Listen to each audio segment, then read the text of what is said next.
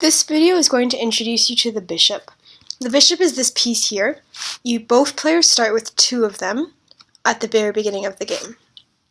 The bishop moves in a very unique way, as it sticks to only its own color of squares, and therefore it moves in diagonals. So this bishop here, from this square, it can only move on light squares in these diagonals. So this light square bishop, as it's called, will never be on a dark square.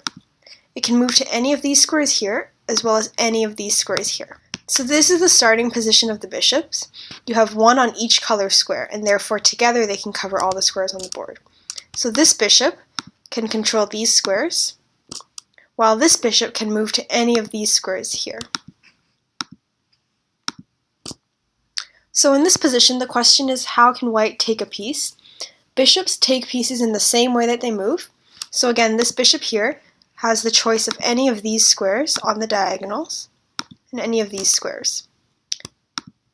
Sorry, not this one here.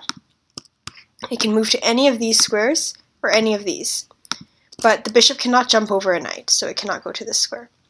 In order to take a piece, you simply move the bishop to the square that the knight is on, and you can take that piece.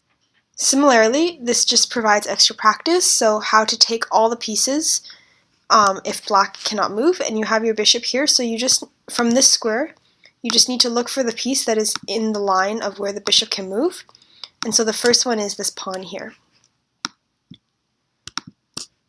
And then the next move is the next pawn, and then following along the diagonal, and then again looking at from here where the bishop can go, and you can capture the rook next, and finally the last bishop.